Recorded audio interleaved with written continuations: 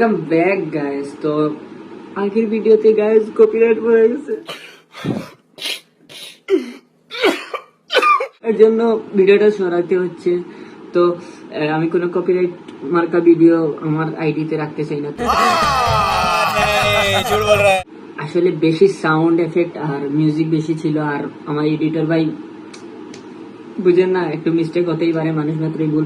তো আজকে অন্য ধরনের রোস্ট হবে, মানে আমি ভাবলাম ওই ভিডিওটা বেশি হয়ে গেছে, তো ওই ভিডিওটা আর ছাড়তেছি না। আর এর জন্য আমি আজকে একটা নতুন জিনিস নিয়ে আলোচনা করব। বন্ধুরা, আমি আলোচনা করব এমন একটা বিষয় নিয়ে, সেটা আপনারা নিজেরাও ভাবতে পারবেন না। গাইজ, আজ আমরা এমন একটা গেমিং শো নিয়ে কথা বলবো, যেটা দেখে আমার ফার্স্ট টাইম মনে হচ্ছিল পাবজি ডাউনলোড করার বদলে আমি ফ্রি ফায়ার ডাউনলোড করে ফেলেছি।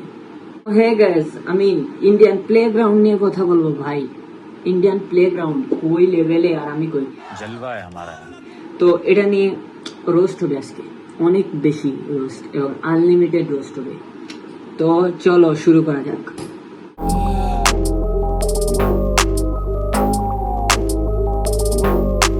রিয়েলিটি শো মানে কি? বাস্তবের একটা প্রতিচ্ছবি, তাই না? আর এই শো দেখতে এসে মনে হচ্ছিল স্ক্রিপ্টেড মশলা দিয়ে ভরপুর একটা ক্লাউন ফেস্ট।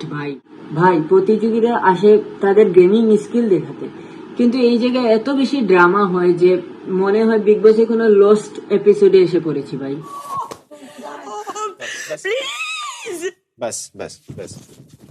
গেমিং শোতে যদি গেম খেলার বেশি যদি বিবাদ, কান্না আর প্রেম কাহিনী দেখানো হয় ভাই, আমার তো মনে হয় এটা গেমিং শো না ভাই, এটা হলো জি বাংলা সিরিয়াল ভাই।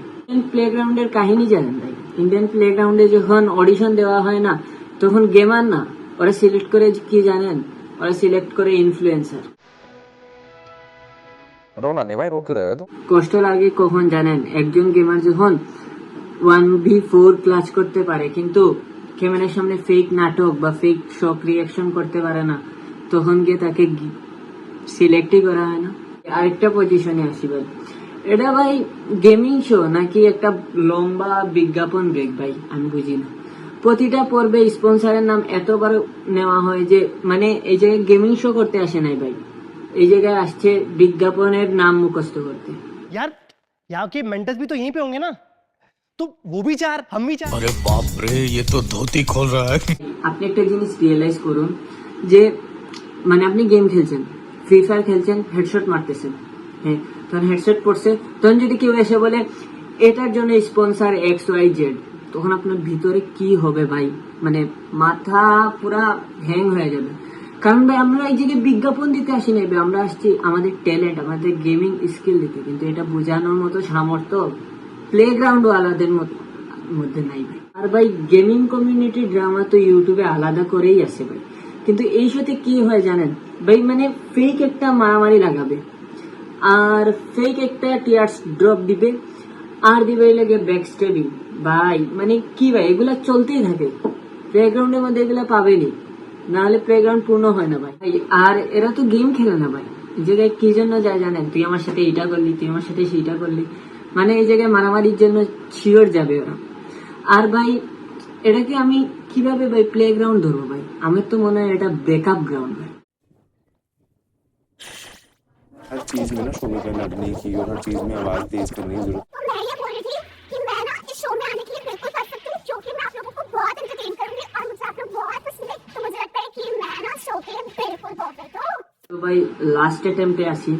তো আমি তো প্রথমে শুনে মনে করছিলাম প্লেগ্রাউন্ড গেমিং কমিউনিটি একটা বড় প্ল্যাটফর্ম ভাই, অনেক কিছু হবে, অনেক কিছু দেখা যাবে গেমিং এ, আর আমি সাধারণত গেমিং এ ইন্টারেস্ট, তো আমি ওই জিনিসটা দেখার জন্য অনেক কিছু মনে করছিলাম ভাই। তো গেমিং হবে, অনেক কিছু হবে, কিন্তু ভাই এই জায়গায় ভাই গেমার মেন্টর গেমার না ভাই, মেন্টর আছে এলবি সাদা, মুন্নাওয়ার ফারুকি, এরা ভাই রিলস বানানোর জন্য আসে মনে হয়। আর তাছাড়া ভাই এটা দেখে মনে হয় কি জানেন? ফেক একটা রিয়েলিটি শো, মানে বুঝতেছেন, ফেক রিয়েলিটি শো।